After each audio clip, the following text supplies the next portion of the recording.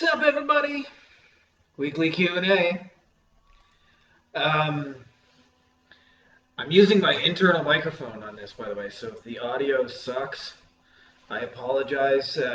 Quick announcement that for those of you guys who are getting clients and they're telling you, oh, they're all bad leads, your leads are trash, you're sending me crappy leads, or some form of that, we're running a new offer right now that is the best way I've seen to be able to fix that, where there's really three ways you can handle that. Way number one is you just don't deal with people who can't close leads. And those usually there's like 1 to 2% of people in every niche that have their stuff dialed in and can actually close.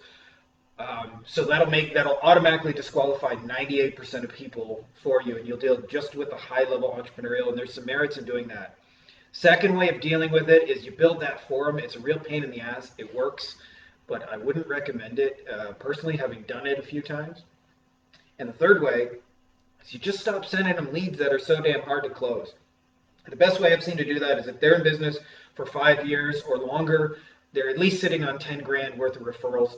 I haven't even seen a case where that isn't true, as long as their people don't hate them. And it's so much easier to do this. And I've done this using something for years called the buddy system. So what most businesses do for referrals is nothing. They hope and they pray. They have an idea. They believe in something I call the referral fairy. It says, hey, if I just do a good job, the referrals will come. Never happens like that. Second thing they do is they might beg. They say, please, if you know anybody, can you send them? That does work better than hope and pray, but doesn't work that well either. And the third is what I call just making an offer. And my favorite example, just so you can wrap your head around this, there's 100 different ways you can do this, but something I call the buddy system. When you go to a local gym, how for years gyms have been sold is they give you 5 or 3 or 10 or whatever extra passes, day passes, so you can bring your friends and family with you. They can come exercise, and of course a certain percentage of those people go, hey, this is a nice place, I would love to join the gym. And the reason the business owners can close those is because referrals are not shopping around. Like when you're like shopping for something on the internet and you call a local business, you don't have a lot of patience. Like if they don't call you back in 3 minutes, they're not going to close that deal. And half of them don't answer the phone and they say stupid things. But they can close referrals when somebody walks up to the counter and says, hey, I'm interested in joining your gym. So they won't give you the bad lead issue. So if you're interested in adding 10K to your clients right away, and it's an easy sell in Corona as well. And again, the caveat is they have to have been in business for 5 years and their people can't hate them. But if you have clients like that, they're sitting on money and you can be the person to bring it to them. And it doesn't take a big commitment, which makes it an easy sell. So anyways, enough about that. If you're interested, shoot me a PM. Let's get into the questions. Vizar says, when you create Facebook ads to generate leads for local business, how do you schedule them?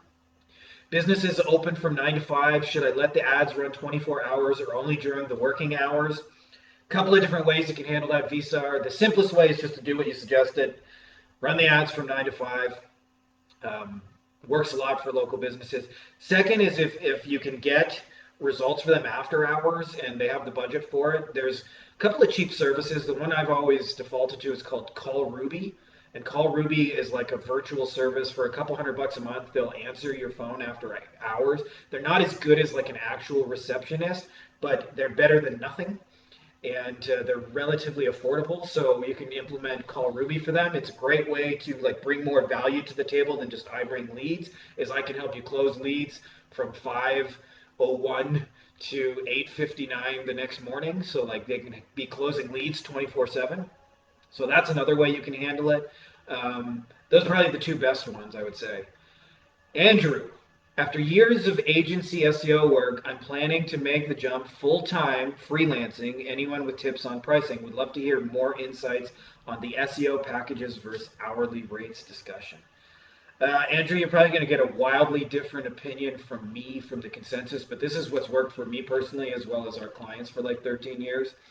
After 13 years of working on this. Firstly, do never ever sell anything hourly. Then you're just creating a new job for yourself. If you want a new job, do that, but it's a job where you have to sell yourself.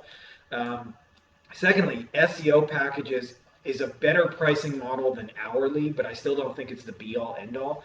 I would always say, always 100% of the time, to price yourself in such a way where when the client wins, you start to win with them, so you get a percentage of revenue generated. And what happens is if you get good at that, you can ask for less on the front end because you know there'll be more on the back end. It makes it easier to kind of jump into bed with you. So I'll give you a real life example of like when I realized how powerful this was. It was like 2009 maybe. I was doing my first SEO project for a plastic surgeon in Dallas. And we were probably like 4 months into the contract, and I'd done a really good job ranking for him, but I had no idea what that actually meant for his business. And one day he asked me, "Can you call me?" Which is the first time after 4 months, I'd been asked to speak with him.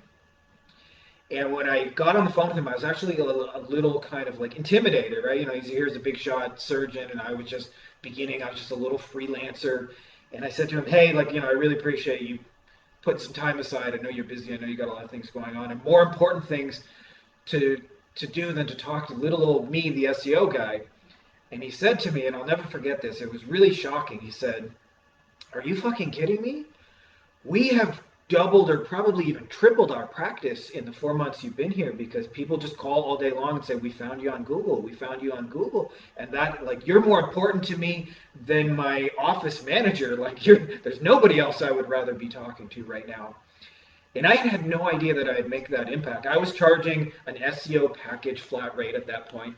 I was getting $500 a month for it. That was 2009, so I thought that was a good deal back then. I wouldn't recommend it, but I was just starting out, and that's what I was asking for. And I had no idea that when your stuff actually works, it's worth way, way more than $500 a month. So I could have easily presented that to him and said, "Hey, it's $500 a month, and then when your phone starts ringing, we get X percentage." And he would have easily gone for that, and we could have easily turned that into a 10 or 20 or $30,000 a month contract. But because I was so hell bent on getting a package flat rate, so I would say hourly and flat rates are actually both not bad models. I would always, at the very least, if you're going to do a flat rate, incorporate some kind of percentage value. When the client wins, you win as well. And it'll go a long ways to the clients that you work for. You'll get far more money and have better relationships with them. And it's not threatening to somebody to say, "Hey, it's 500 a month now and 10 grand a month when you're up here." And they'll say, "Well, if I'm making that much, I'm happy to give you 10 grand. Like, I'm happy to give you a percentage of the extra." So that's my 2 cents, which is probably different than the consensus. But I think most people just want to get a steady monthly pay. But at the end of the day, you end up leaving big money on the table if you don't build your deals with upside. So I'd say do that. Next question, John. What's the fastest way to generate leads for an online marketing agency? John, if you're asking that question, I'm going to 99% guess that you're in stage one where you're a freelancer and you basically are the business. If you're asking for them fast, you probably need some money in the bank. I'm going to tell you, everybody else is going to tell you all these things, Facebook ads, and what I found is that whether you use Facebook or whether you use a directory, whether you go to an in-person meeting, whether you run AdWords, whether you run a webinar, whether you go to YouTube, you're going to have to sell a person. So the fastest way I've seen it to work is to get in a conversation with a real human just by reaching out to them directly and making them an offer and getting into a conversation with them about that offer. And anything else in your stage in your agency is completely worth it. Now, we just did a little mindset training, and I want to give you a little bonus on this. The biggest thing that I find that keeps people stuck in this stage is one of three things. One is they don't know what's important. Now you do. Get into a conversation with a human and make them an offer. Everything else is secondary, by the way. There's nothing else in your agency that makes money at this point. Designing your website, building a YouTube channel, working on your logo, none of that shit matters. You got to get in a conversation with a real human, make them an offer, and see where it goes. But the biggest thing that stops people is fear of rejection. And a little pro tip is there's actually gold in the rejection, because if you choose to get feedback on the rejection, your nose will help you dial in your offer so unbelievably fast. And most people avoid it because they're afraid of somebody saying no. But once you depersonalize it and just see it as they're just saying no to an offer, then you can go to the next step and get feedback. And the feedback is what makes it work. So that's the fastest way. Just fucking reach out to a human and know that you're going to get rejected. If you try and avoid rejection, by the way, I should just add this little caveat. You cannot. In fact, the more successful you are, the more rejection you'll experience, but you also experience more success. But there's no 100% way you can do this business and never put out a proposal or an offer or a post and have people not ignore it or say no or even occasionally react poorly to it. So just get over that and get out there. Okay, Shivam. Anyone using Google Ads to get SEO clients? I'm about to start running paid ads, looking to get some info about the typical cost of acquisition.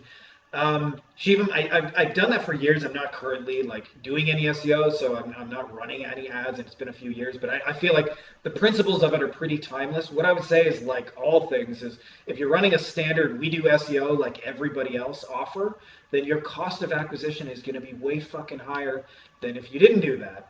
But if you're running something that says, um, you have some unique angle that say you're running guaranteed rankings for plastic surgeons in 6 months or less or whatever, then your cost is going to be lower.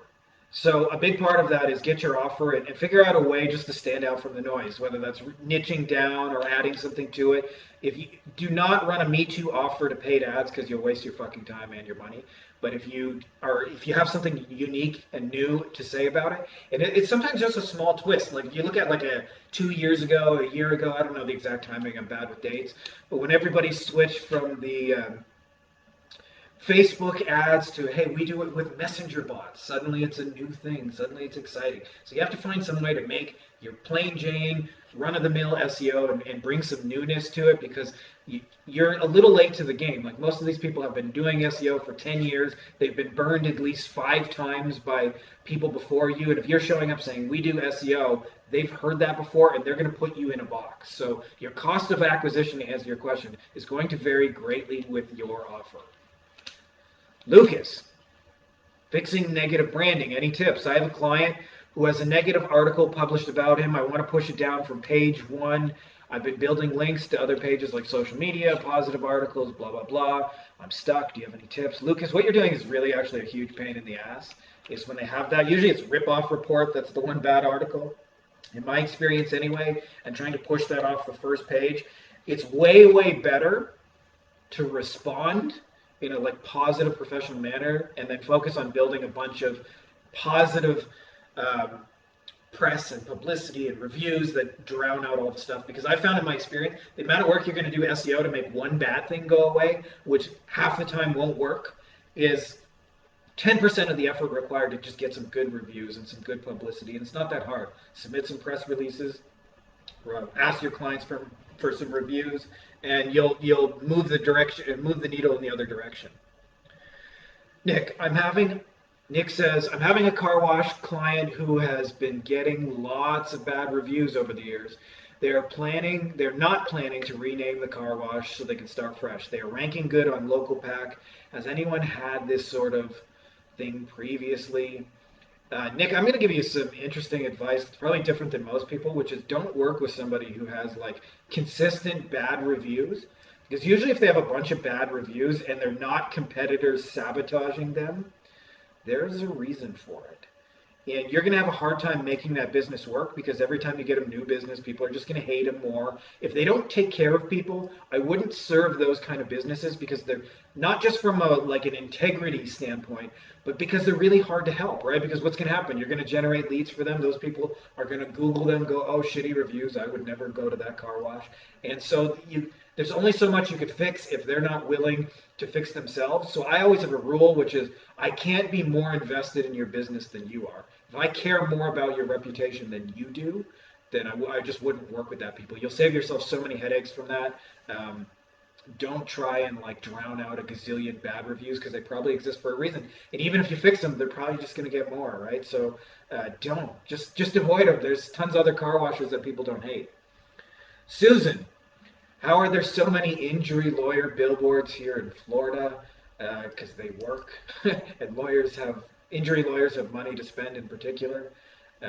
So that's the short answer. I've also been in a few masterminds where lawyers purchase billboards. They have something called remnant billboards, which is like unsold, leftover billboards. You can buy them at like 10% of the cost, 20% of the cost. Lawyers are big on buying remnant billboards, so they might buy 100 for the cost of like 3 or 4 for somebody else. So that's one of their big secrets is they buy a shitload of remnant billboards. Guy or Guy, the Google My Business veterans. I have a new restaurant who came to me looking for a new marketing agency. The last guy took $2,500 for a website, has done nothing, and now won't return their calls or emails.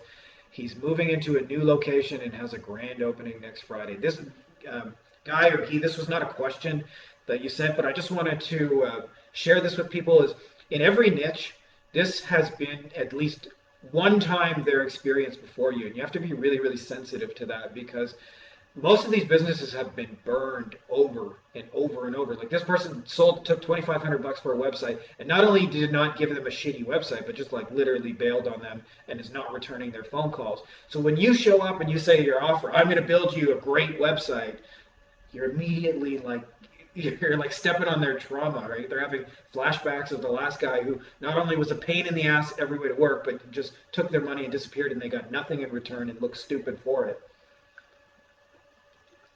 So if you understand that, that's why so much of the offer making to get a new client to say yes is making the decision smaller and smaller to make and taking away from the marriage offers of like, hey, let's pay thousands of dollars for the next year and a half and maybe you'll get some website traffic. That's like a huge risk to somebody who's just got ripped off last week, $2,500 for a website. So the more you can just do like something that says, hey, I got a little campaign for you. I bet you could we bring you some business for Friday. No promises, but would you be open to doing a little test?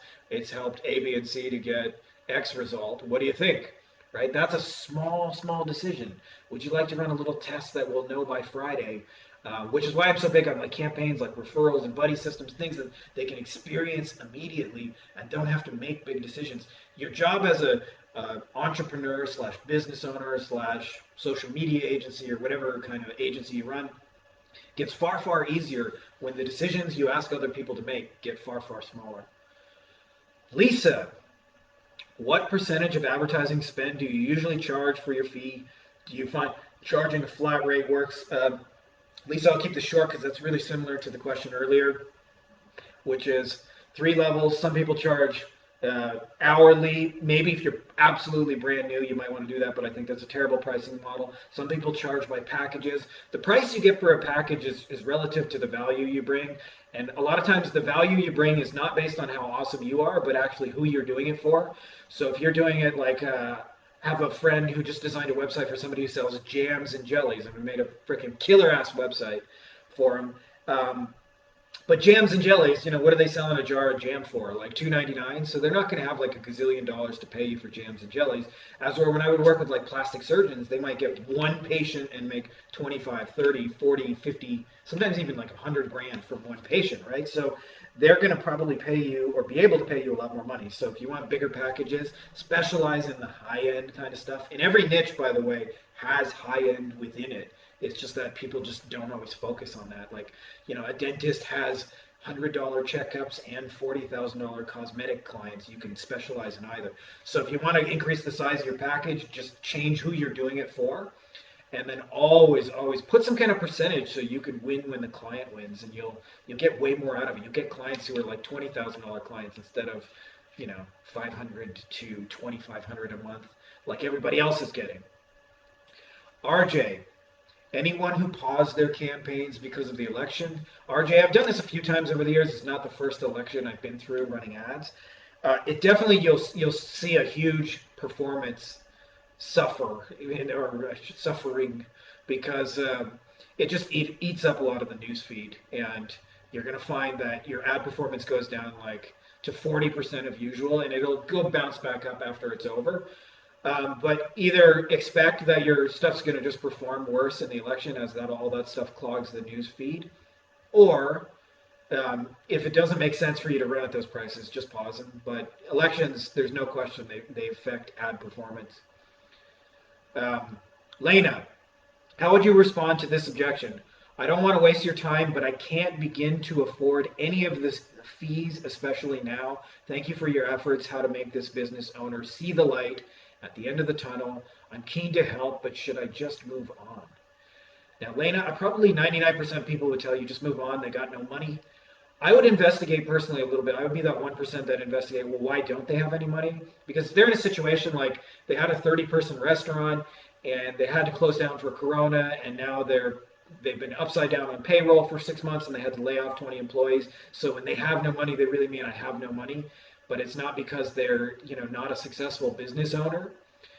They just don't have cash flow. So the real issue there in that situation might be cash flow.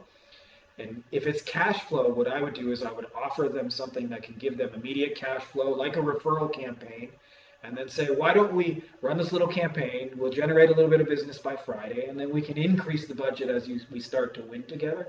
And you'll find some of the biggest deals you ever do can be started like that. So I wouldn't automatically throw them away. Now, if they're just like a struggling business owner that's never really made it and they don't have a real business, help those people out as charity work, but don't build your business around them, because those people are just really hard to help. They have a lot of mindset issues. They don't answer the phone well. They often their products and services aren't that unique. They don't know how to follow up with people. They don't know how to turn it into referrals, and they're sometimes socially awkward.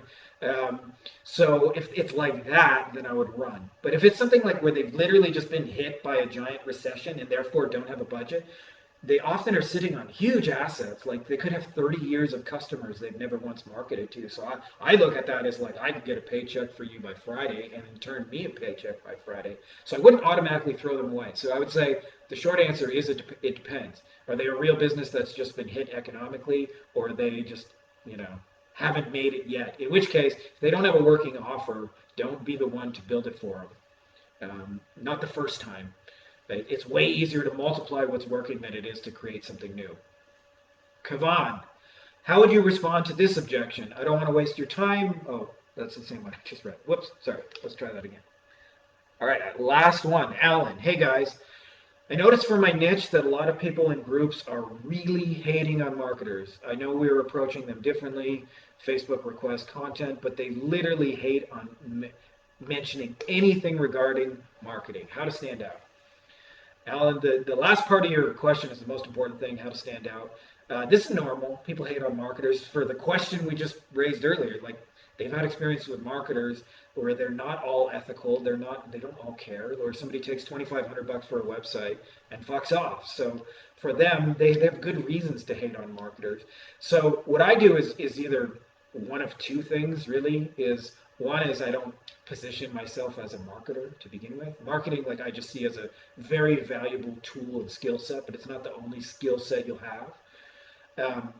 So like, for example, like I will go into a lot of these deals as a partner. I'm like, I don't really care what other marketing firms did for you. I get that, but those people weren't like fully invested in your business like I am, where your success and my success run together, right?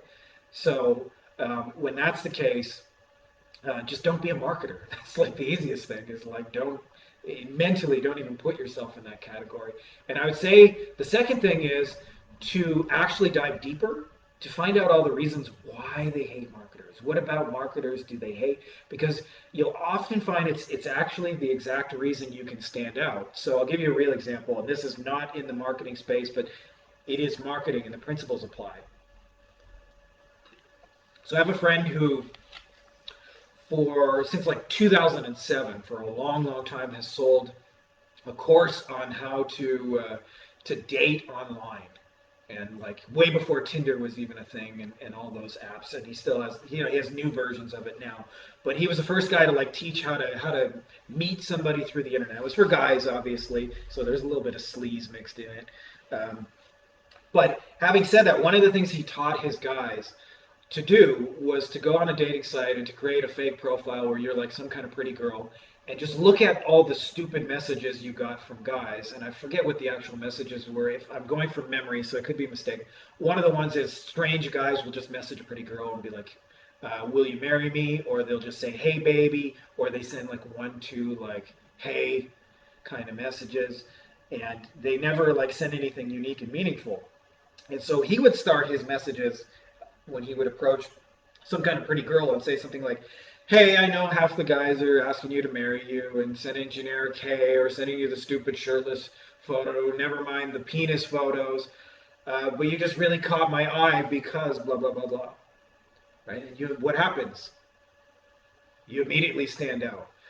So if you dive deep and figure out why they hate marketers in your niche and what about marketers, it actually gives you all the ammunition to be different than them, to be a marketer who gets them.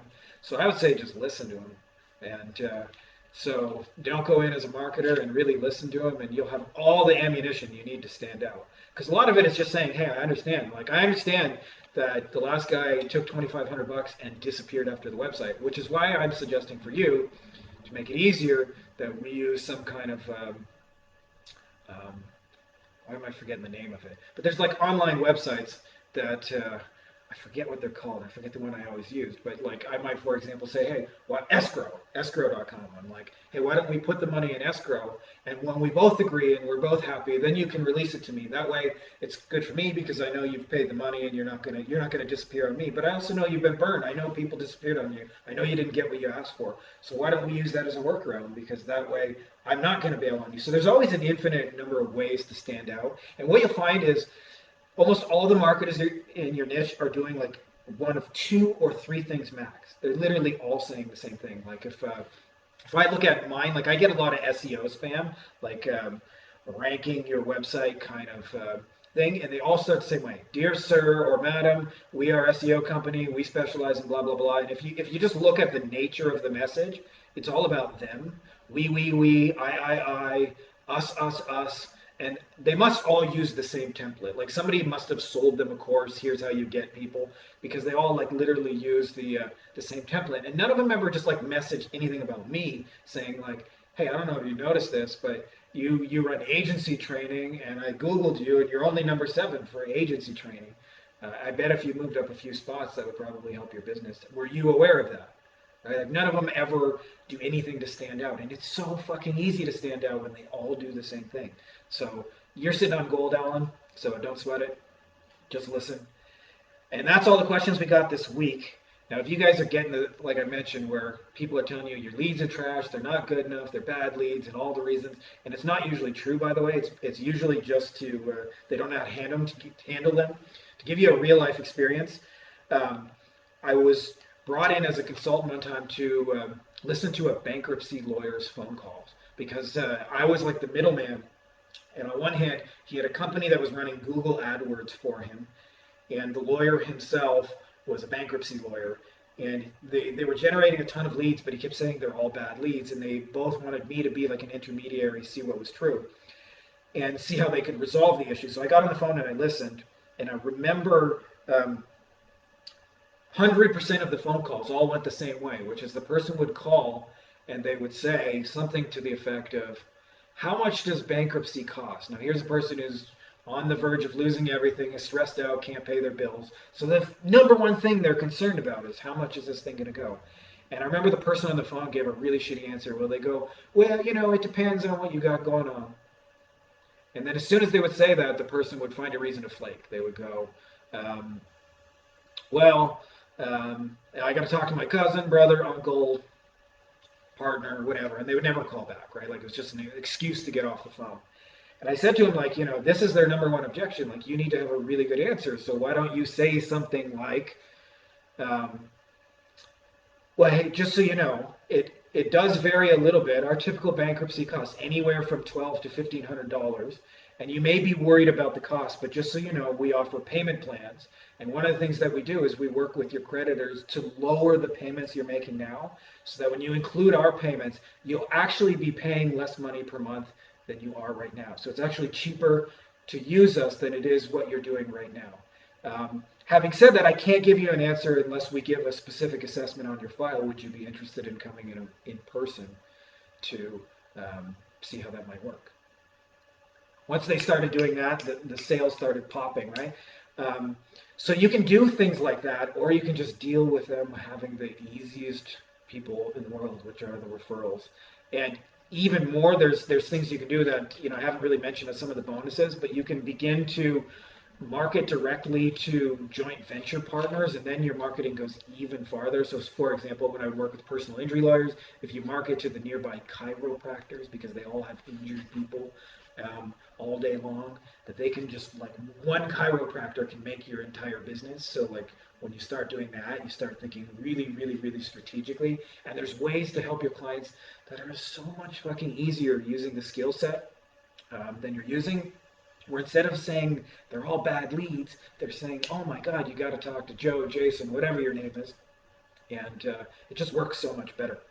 So if you're interested in that, shoot me a PM because that's probably one of the strongest, I think anyway, I'm a little biased on the subject, one of the strongest offers I've ever made you guys, but it'll make your life so much easier just when the clients are happy and it's translating to real business for them. You don't get into the pissing matches, and then it's so much easier to ask for a percentage of increased growth. And when you do it this way, often all you did is get the person one chiropractor and you make 33% every single time a referral comes in. It's a little trickier with lawyers, by the way, because you have to structure it differently. In some niches, you can't always get a percentage of the deals. They have legal restrictions, but you can always earn a marketing fee for increased business. But at the end of the day, you win when they win, and you set it up so that they get the business that they can close, that's pre-sold, instead of the internet business that's shopping around, not very vested in them. Um, so yeah, so if you're interested in that, shoot me a PM. Otherwise, just one last note, I'm going to, as I end this video, I'm going to download it and I will put the replays on YouTube. So if you guys are interested in replays, occasionally I post some other cool shit. Check that out on YouTube. And otherwise, that's all I got, guys. May the force be with you.